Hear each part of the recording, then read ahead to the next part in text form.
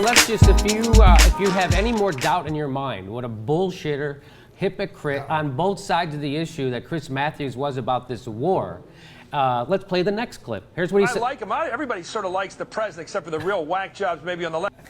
Everybody likes the president, except for the whack jobs on the left. So if you don't like the president, after he started an illegal war, Livingston was caught doing surveillance and unconstitutional spying on our own citizens. If you don't like that guy, you're a whack job. But Chris hates those people who started the war. Remember that? Man, can we just see the first clip again? We don't have to play the first Mathews clip, the one right before that. You know, the one with the carpers and complainers. Okay, yeah, the last one. Just to see it. No, 5F. Yeah, 5F. We don't need the audio. I just want to show because it reminded me of something else that I find like completely wildly nauseating. This is going to be a very like, strong political move by the president. Look at that sign. Just turn his audio down. Yeah, so we got the plan for that plan.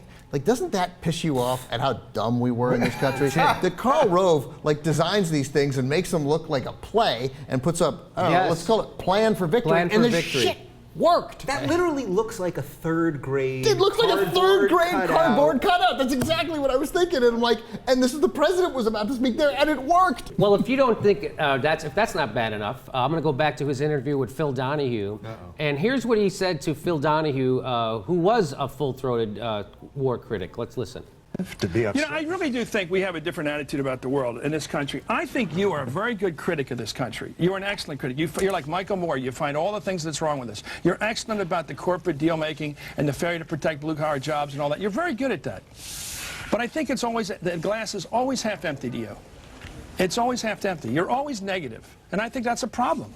I disagree with that point of view. I think this is the greatest country in the world with some flaws. That's very close to saying don't criticize it. No, I think it's a point of view that starts with there's some. I am blessed because to be I think American. you use all the. You're always looking, finding evidence to argue there's something wrong with this country, and I think this country is a good country with flaws, and you think this country is essentially wrong. Okay, that's. I'm going to go take a shit on my McCarthy button because we don't need it anymore. We got Chris Mathews here to call people who stand up against the war anti-American, the lowest, worst thing you can do in the world. It's even worse. He's saying you're not only anti-American, you're depressed. Yes. And is there anything worse Yes. than an American because we have all these drugs? Yes. How could you be depressed? Dave, yes. I mean, that is the most disingenuous bullshit that you could possibly come up with. He's a critic. He's supposed to be a critic. Oh, you come from a negative place when you're criticizing them. He also said you're always coming up with evidence. Yes. Yes. Yeah, he said, you're not making it up. You're coming up with evidence. I don't want to hear all that evidence. Phil, you're a great critic. In most other countries, you'd be put in jail, but we have freedom of speech, so I'll just have to get you fired from your job. Here's my Lexapro. Yeah. That's exactly. So if that's not enough to convince you that he's a douchebag. I even have more. So here he is. He says we're a great country, and Phil, you don't think so? Here's what Phil Donahue says back to him.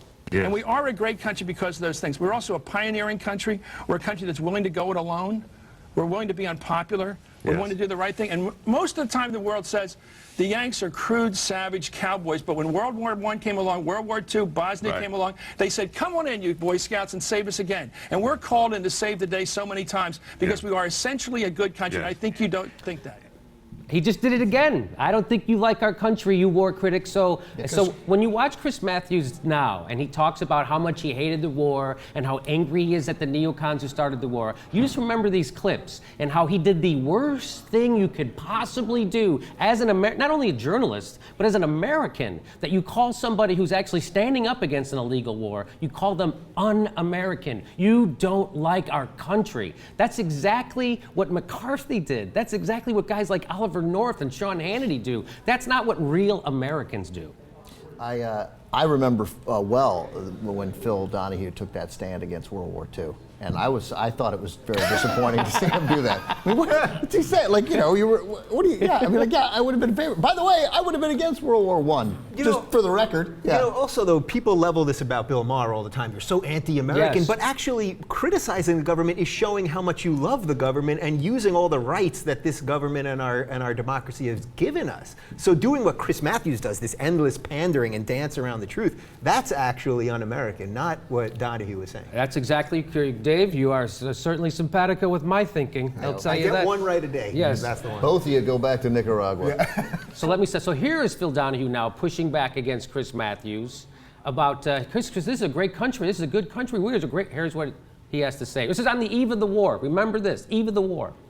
Is this country a good country when its Congress is going to send 500,000 young men and women to war to put a shiv in the belly of some guy we don't like? This is a good creating country. havoc as you yourself This is a good country, susceptible to mistakes and weak and bad leaders.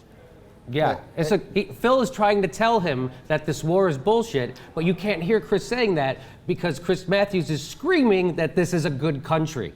That's right. That's Mr. Cop on the Beat, Chris Mathews, ladies and gentlemen, shouting down a war critic, but now you would never know it. Let's go to that next Chris Mathews clip.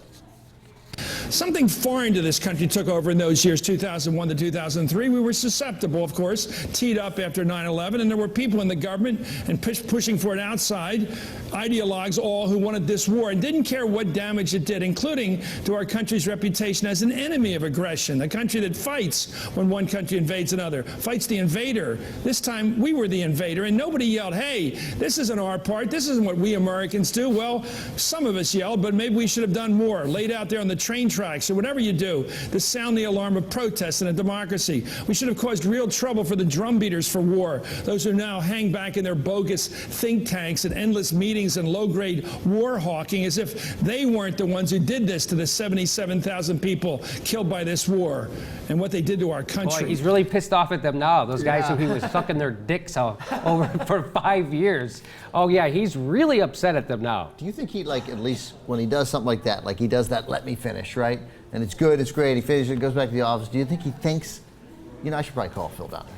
No. Right, like I owe Phil maybe I owe Phil a little call. Also, does he not talk enough that he needs a segment on his show called Let Me Finish? Has he ever not finished a sentence or an argument? He's finished come on. Well, I like how... One more thing.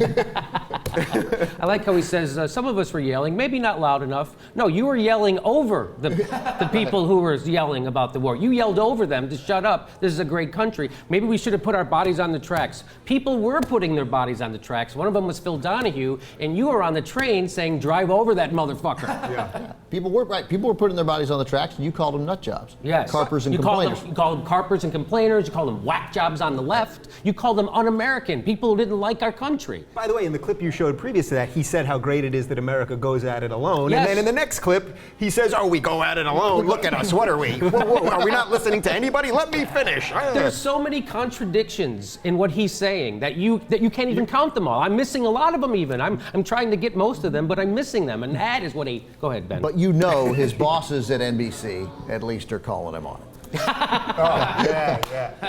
Yeah, they're upset that he goes with the prevailing conventional wisdom, whatever that happens to be. Right. One thing before I answer that question, since you said all the executives are up at the top of the rock, I want to congratulate you, Chris, on 10 years of MSNBC, but I wish standing with you is Phil Donahue. He shouldn't have been fired for expressing an anti-war point of view on the eve of the election. His point of view and the people he brought on were I don't know what the reasons important. for it, but I doubt it was that. Well, we have the NBC memo. That was a secret memo that came out that said they didn't want him to be the face of this network, an anti-war face at a time when the other networks were waving the flag. I think you might talk about it. Phil Donahue is a great Remember patriot. me when you answer it. What? I like how he goes, she says, hey, we know that Phil Donahue got fired because he was against the war. And he's like, I don't know if that was the reason. Oh, no, it was because he hated terrorists. That's why. That's why he got fired. Yeah, that's right. It was nice that Amy Goodman did. And then you see just kind of, I don't think, again, another hard-nosed journalist. Really, 10 years after he got fired, you're still not sure why Phil Donahue got fired, you bullshitter? Yeah.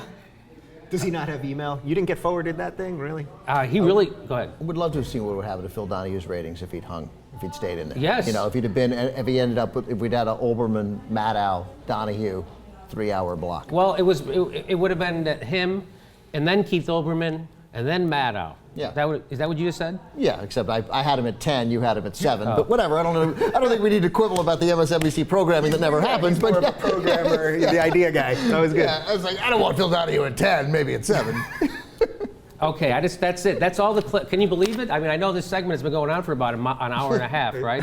But most unbelievable thing. We're going to do an extended clip this week and enjoy it. And Can I just toss one other thing on this? No, we're going to go. Of course you can, No, Dave. the beauty of what you're doing here is this is why the internet is so important, because we can call bullshit on these guys and you can go and research this stuff where 10 years ago you couldn't. Right. And people would say, oh, I vaguely remember what he said about that. Right. But now you have, the proof is right there and anyone can do it, and it's really good.